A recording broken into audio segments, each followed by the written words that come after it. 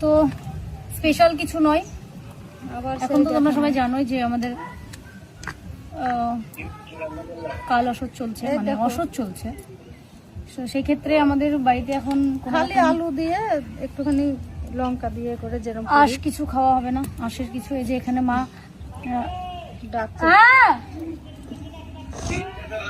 কাকা ডাকছো, বলো কে? ও আবার সেই মেয়েটা বলো না খেতে বসেছি কাকিমা, বলো যে খেতে বসেছে। খেতে বসেছে খেতে বসেছে খেতে বসেছে। তো আলুর তরকারি করেছে মা, এমনি কোনো তেল ইয়ে ছাড়া। আমার এখানে এখানে বসো না, বসো। তেল হলুদ ছাড়া তরকারি করেছে এখানটায়, আর এই স্যালাড রয়েছে, আর আলু সেদ্ধ দিয়েছে মনে হয়। আলু সেদ্ধ করে দাও আজকে লাডুর জন্য। এই লাডুর জন্য, তাছাড়া আলু সেদ্ধ কিছু করেনি আর আজকে। দাও মা।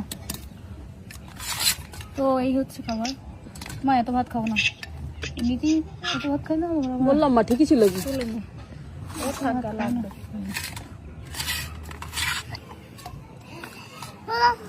কখন আসলে? সকালে হিচকি মা জল দিচ্ছি, দাঁড়ো ওকে মুখে দিয়ে দাও। তত শুকনো বা জল দিতে হবে, জল দিয়ে মাখতে হবে। দাঁড়াও দিচ্ছি দিচ্ছি বাবু, দাঁড়াও। 12-13 দিন এই চলবে।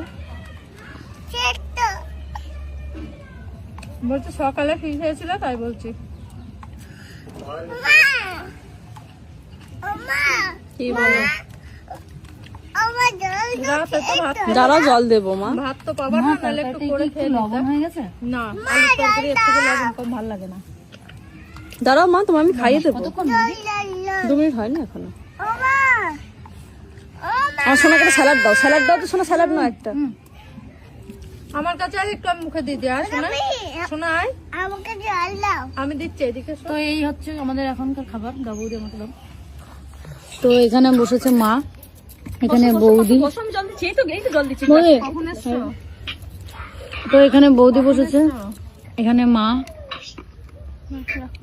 এখানে লাডু।